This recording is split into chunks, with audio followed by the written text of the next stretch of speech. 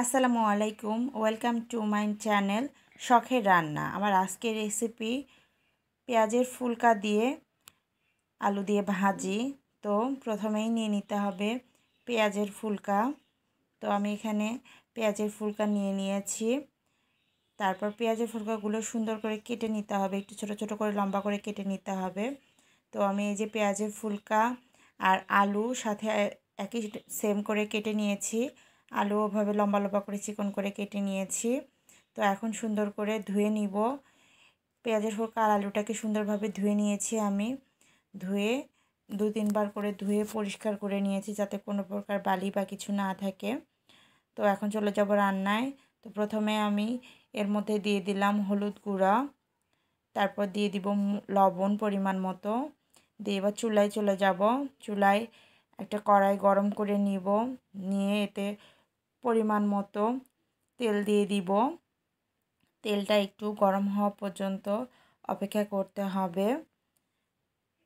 তো তেল গরম হয়ে গেছে। তো এখন আমি একটু জিরে ফোড়ন দিয়ে দিলাম।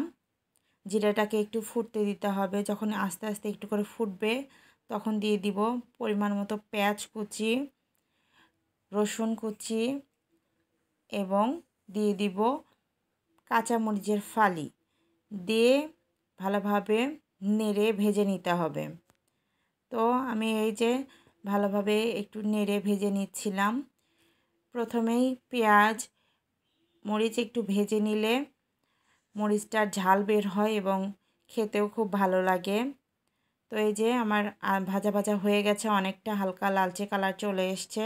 তো আমি এই পর্যায়ে দিয়ে দিব যে পেঁয়াজের ফুলকা, আলু আর মশলাটা দিয়ে রেখেছিলাম।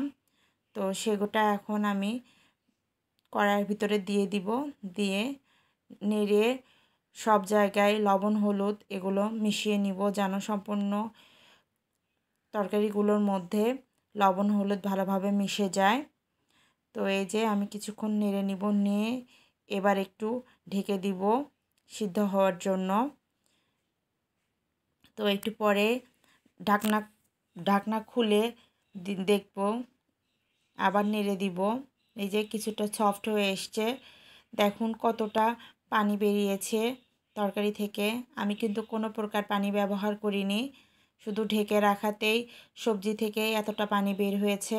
এখানে এক্সট্রা কোনো পানি দেওয়ার প্রয়োজন নেই। সবজি থেকে যে পানিটা বের হবে এটাতেই সম্পূর্ণ সবজিটা সিদ্ধ হয়ে যাবে। তো এই যে আমি আবার ঢেকে দিলাম, ঢেকে রাখবো যতক্ষণ না পর্যন্ত সবজির পানিটা শুকিয়ে যায় এবং সবজিটা সিদ্ধ হয়ে যায়। তো এই যে ঢাকনা খুলে দেখলাম সম্পূর্ণ পানিটি শুকিয়ে গেছে এবং সবজিটিও সিদ্ধ হয়ে গেছে।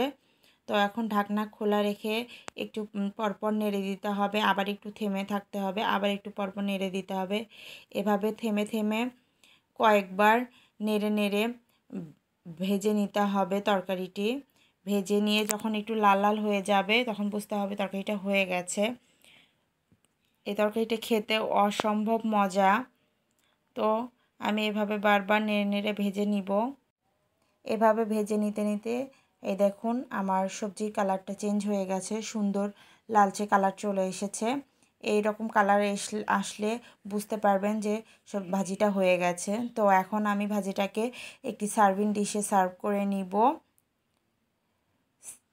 তো তৈরি হয়ে গেল মজাদার পেঁয়াজের ফুলকা দিয়ে আলু দিয়ে ভাজি। এটা খেতে অসম্ভব মজা, মিষ্টি মিষ্টি লাগে খেতে। তো আপনারাও বাসায় ট্রাই করবেন, খেতে অসম্ভব ভালো। তো এরকম সুন্দর সুন্দর রেসিপি পেতে আমার চ্যানেলটাকে প্লিজ সাবস্ক্রাইব করে রাখবেন, তাহলে আমি যে কোনো রেসিপি আপলোড দেওয়ার সঙ্গে সঙ্গে আপনারা দেখতে পাবেন। আসসালামু আলাইকুম।